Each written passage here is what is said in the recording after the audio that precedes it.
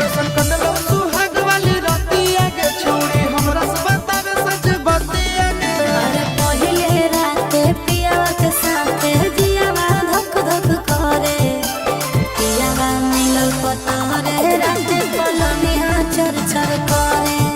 अरे पहिले राते सैया के साथे जियावा धक धक करे, पियावा मिलल पतरे राते पलनिया चर चर करे।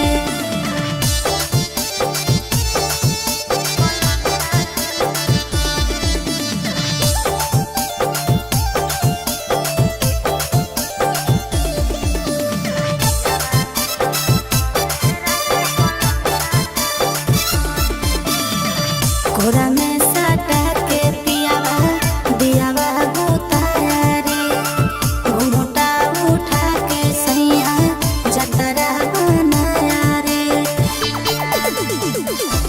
मुँह देखाई में छौड़ी कुछ मिला लौके ना, तोर जवानी के पानी में फूल खिला लौके ना।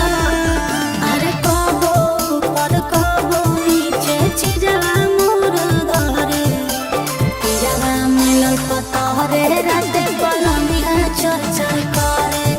अरे पहिले राते पियावा के साथे जियावा धक धक करे, पियावा मिलल पतरे राते पलनिया चर चर करे।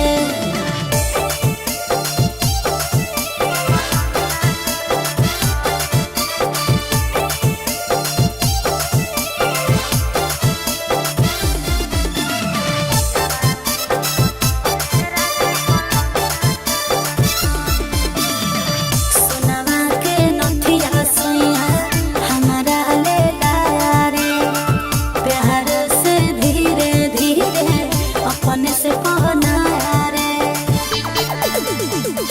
कि नंदन आशीष की सतोरा कहिला कहके ना, चंदन उठावा जुठाई के हिस्सा देला कहके ना।